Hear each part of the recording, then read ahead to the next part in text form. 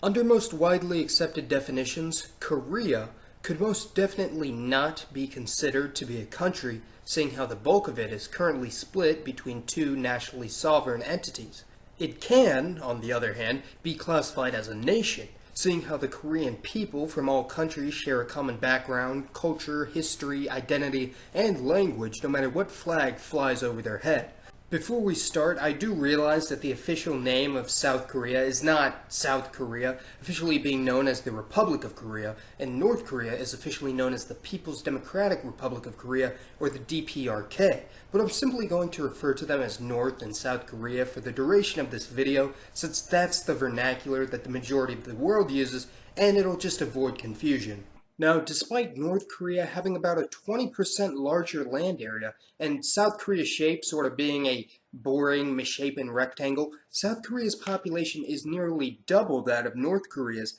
at 50 and 25 million respectively, with immigration to North Korea being virtually non-existent, while South Korea has over 1 million international migrants, although this is still less than 3% of the country's population.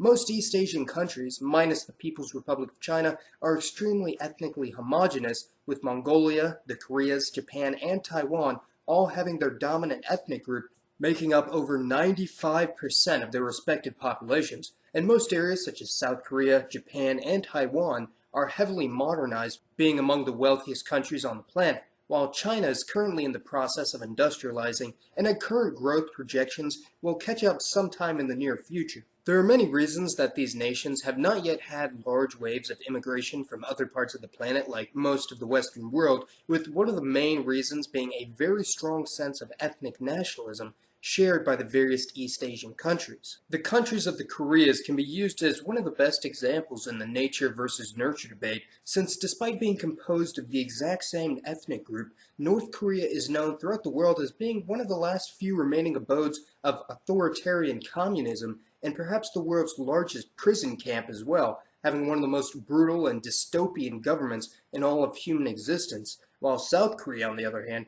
is one of the greatest success stories of the ideal capitalist dream, recovering from a brutal dictatorship to thriving democracy in only a matter of decades, and is now one of the wealthiest countries on earth. The difference between North and South Koreans is so stark that the average South Korean is 3 inches taller than those from the North and has an IQ 5% higher. The disparities in culture has become so drastic that despite both governments claiming Korean unification is the sole most important issue facing both countries, some Koreans are starting to reconsider integration with the North, and today less than half of all youth in South Korea considers reunification with the North to be necessary. Because of the Korean strategic positioning being located on the largest peninsula in East Asia, the area has been subjected to a multitude of warfare, invasions, and conquest, with the Mongols, Chinese, Japanese, and Manchurians all having control over the Korean peninsula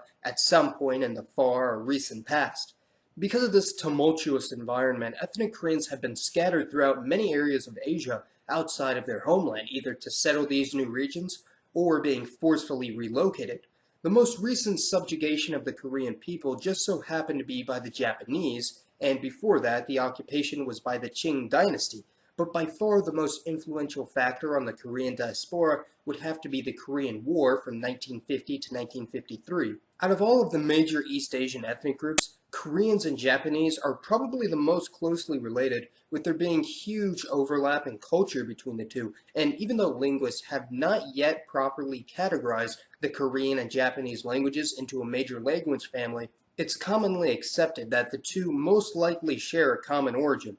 Now, despite this connection, the Korean and Japanese people have some of the worst relations in the entire world, with only 13% of Japanese people viewing South Korea positively, and only 15% of South Koreans viewing Japan positively. And when it comes to what North Korea thinks of the two, well, you don't even want to go there. These hostilities mainly stem from the 1910 occupation and annexation of Korea into the growing Japanese Empire and the ensuing war crimes the Japanese military and government inflicted on the Korean people. The Japanese actually used to own the southern half of the currently Russian-owned island of Sakhalin, and the far east of Siberia, which was then known as the Karafuto Prefecture, and was home to around 500,000 Japanese settlers, as well as around 50,000 ethnic Korean workers that were effectively used as slave labor in the local coal mines. Before the Russians obtained the area, the majority of the territories of the Siberian Far East, such as Primorsky Krai, were owned by the Qing dynasty, which was the last and largest Chinese dynasty.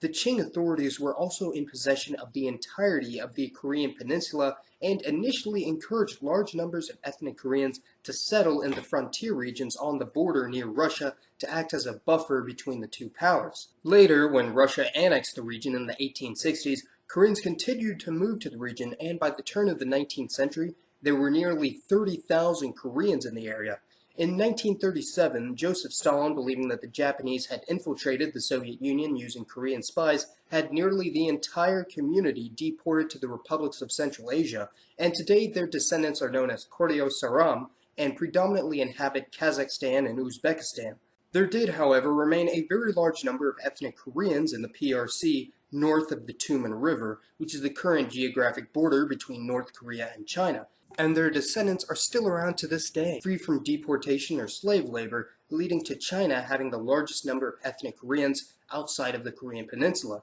The majority of ethnic Koreans in China today live in the Yanbian Korean Autonomous Prefecture, where they officially make up no more than 30%. However, the Chinese census is notoriously unreliable in counting ethnic minorities, especially immigrants, so the number could possibly be much higher. These Koreans in Yanbian have been there for hundreds of years, yet they are not North Koreans or South Koreans. So what is their culture like? Well, even though all Koreans from the region are a part of the Korean nation, it is very hard to pinpoint a specific Korean culture, seeing how the cultural gap between the various communities is already astronomical and only increasing every day. But the Koreans of Yanbian typically tend to see themselves as Korean ethnically while being Chinese nationally. The majority of Yanbian Koreans speak Mandarin Chinese as well as Korean and are most similar in culture to pre-division North Koreans from the Hamgyong region. The majority of the community are Buddhist, with around 20% being Christian, as compared to North Koreans at only 2% Christian and South Koreans at 30%. In the past couple of decades, there has been a huge reverse migration of ethnic Koreans from China back to South Korea. Although calling it a reverse migration might not be entirely accurate, seeing as to how these Koreans were never from South Korea in the first place. For those wondering why North Koreans don't just cross the Tumen River into the Yanbian community, then move to South Korea, the Chinese authorities in the region are very strict regarding identification and passports, and any North Korean citizens that is not permitted to be in the country is immediately deported back to Pyongyang for an extremely harsh punishment. The prospect of unification for Yanbian with Korea is decidedly a dead issue, with there being virtually no proponents for the concept. Ever since the Korean War, the number of Koreans in the Diaspora has vastly increased, as well as the expanse of Korean immigration. The most popular destination of Korean immigrants is the United States, especially the states of Hawaii and California, and they number around 2 million. This is followed by ethnic Koreans in Japan, known as Zainichi Koreans, that number about 1 million people. The next largest destination in the Korean diaspora would have to be Southeast Asia, where they collectively number 300 to 400,000 people, although some place the estimate of those with at least some Korean ancestry at a much higher number, with the largest numbers being either in Vietnam or the Philippines, and the largest percentage-wise being in Singapore. The Koryo Saram of the ex-Soviet Union number around 500,000 people, although a very large number from Central Asia have been repatriated back to South Korea. Koreans in Oceania number about 200,000, Latin America 150,000, and Europe at around 100,000. The prospects of a political Korean reunification of North and South Korea into one country seems to be waning by the day. However, the Korean nation will never truly be divided, and as long as the legacy of the old Korean Empire exists, there will never stop being Korean citizens wishing for the unification of their traditional homeland.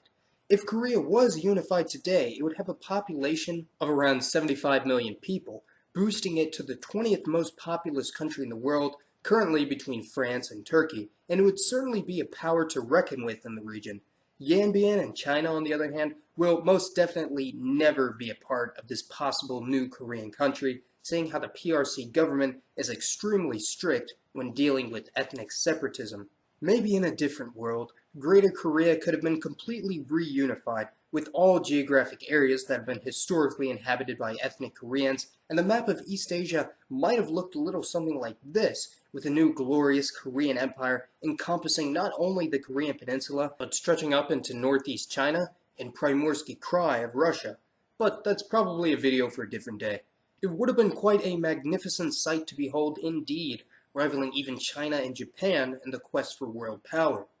Let me know your thoughts on this third Korea and the Korean communities of the United States, Southeast Asia, and the ex-Soviet Union. And as always, thanks for watching everyone, and I'll see you next time.